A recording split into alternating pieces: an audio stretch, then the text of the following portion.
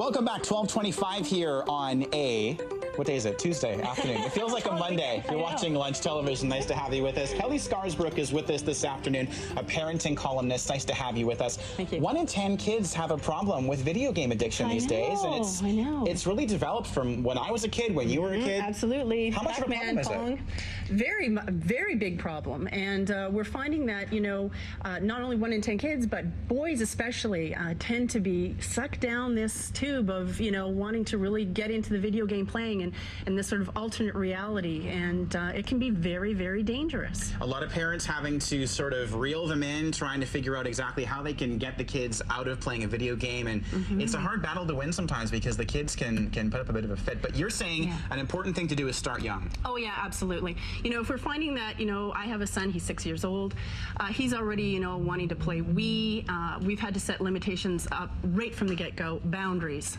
what sort of time frame he's going to be playing, and setting an alarm. We do that. We set an alarm. Once that alarm goes off, after 30 minutes, you're off. You're cut off.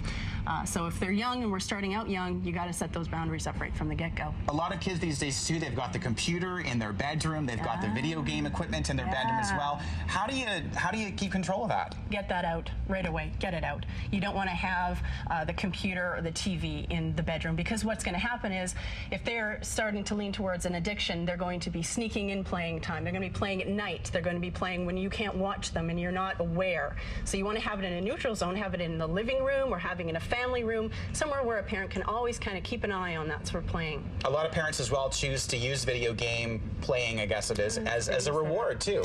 As a reward, if you get your homework done, if you are, doing your chores, then you get to play a little bit on, video games. And what that does is it sets up that everything else that the child is doing is kind of bad, and video game playing is great. And so we want to sort of tend to get away from that. You can still have video game playing as part of their, every day or every second day that they play, but make sure they're getting out, doing stuff, and having that sort of active lifestyle as well. But then how do you incorporate playing video games if you can't use it as a reward? How do you... Like, how would you let your kid, say, utilize that in their day-to-day activities without using it as, say, you did your homework so you can go play on the Nintendo for 30 minutes? Right. Well, like I said, you don't want to set it up as a reward system, but you do want to incorporate it that it is something that they can do, but not something as that it's a reward because you did this. So it's a privilege, essentially. It's a privilege, exactly. Okay. Setting time limits is pretty important as well. Very much so. Very much so. They could sit there for hours and not move. I've been there, man. Not move. Oh, yeah.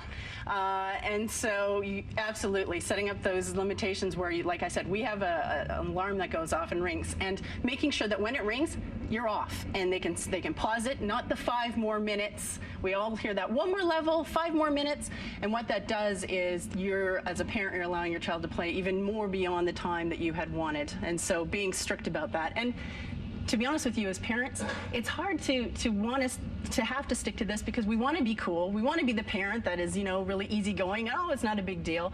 But at the end of the day, it's really harming the child if you don't stick to these rules and guidelines. And quickly, you mentioned as well, don't ignore your gut instinct. What do you mean by that? No. As a parent, we know, we have that sort of feeling. As a mom, we get those feeling that 2 hours a day or 3 hours a day, I don't feel right about that. Is there a problem? He's starting to, getting angry when he's coming off. He's starting to, try to sneak in game playing and stuff like that. When you start seeing things like that, your gut's telling you, you know what, hey, it's time to limit this and set boundaries. And so when that starts happening, pay attention, Yeah.